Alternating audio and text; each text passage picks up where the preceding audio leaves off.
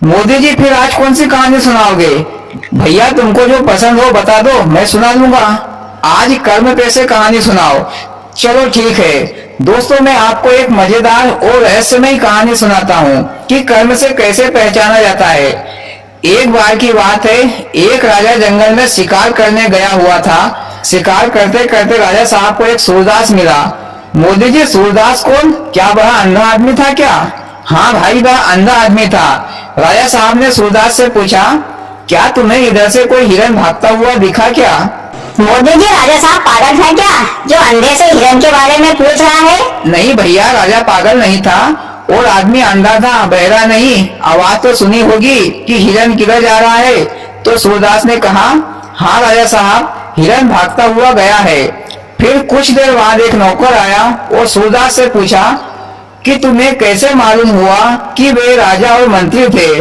तो सूरदास ने कहा कि भैया उनकी बातों से पता चला कि वे राजा और मंत्री थे।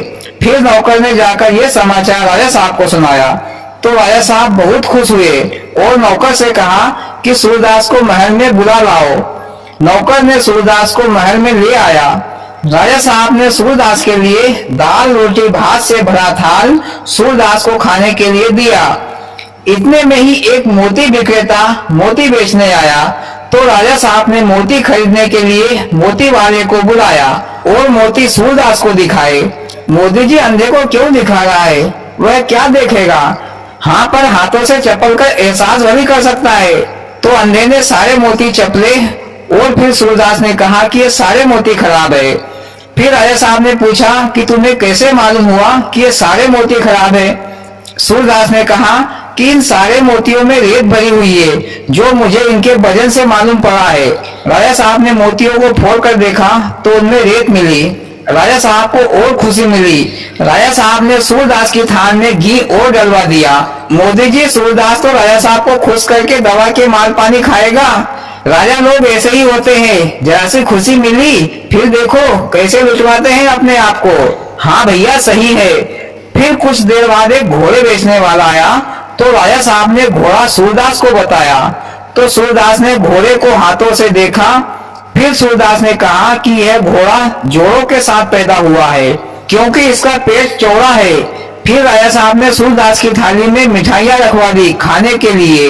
इसके बाद फिर राजा साहब ने पूछा कि भैया मैं पक्का क्षत्रिय हूँ या नहीं? मोदी जी, राजा साहब को भी अपने आप पर संदेह था क्या कि वो क्षत्रिय है या नहीं, जो बेतुका सवाल पूछे जा रहा है? होगा भैया संदेह। तो सूरदास ने कहा कि राजा साहब आप क्षत्रिय नहीं हो। राजा साहब को सूरदास की बातें सुनकर क्रोध आ गया और कहा कि मैं क्षत्रिय नहीं हूँ तो क्या चमार हूँ? सूरदास ने कहा कि मैं तो नहीं बोल रहा, तुम ही अपने आप को चमार बता रहे हो। मेरी नजर में तो तुम एक बनीर हो, जो प्रसन्न होने पर कभी घी दे रहे हो तो कभी मिठाइयाँ दे रहे हो। अगर तुम क्षत्रिय होते तो मुझे लाखों रुपए इनाम देते, दूध घी मिठाई नहीं देते। मोदी जी, सूरदास तो बड़ा ही चट्टा आदमी निकला। अरे वो कहते हैं ना, अंधे लंगड़े बहरे लोग एक गुण आगे ही होते हैं। हाँ भाई, लाखों रुपए की बात बोली है सूरदास ने। मोदी जी, फिर क्या सूरदास को पैसे दिए राजा साहब ने? अरे भैया, पैसे मैसे कहाँ के, दो चार सपाटे मारकर भगा दिया। अरे बनिया भी भला फोकट में किसी को पैसा देता है जो सूरदास को देगा? ऐसे ही भैया कर्म के द्वारा आदमी की पहचान होती है। और भैया कहानी खत्म। वाह मोदी जी, बहुत ही मजेदार और रहस्यमयी कहानी सुनाई। और भाइयों, आपको कैसी लगी मोदी जी की कहानी? अच्छी लगी हो तो प्लीज वीडियो को लाइक और चैनल को सब्सक्राइब करें। भोलेनाथ सबके साथ।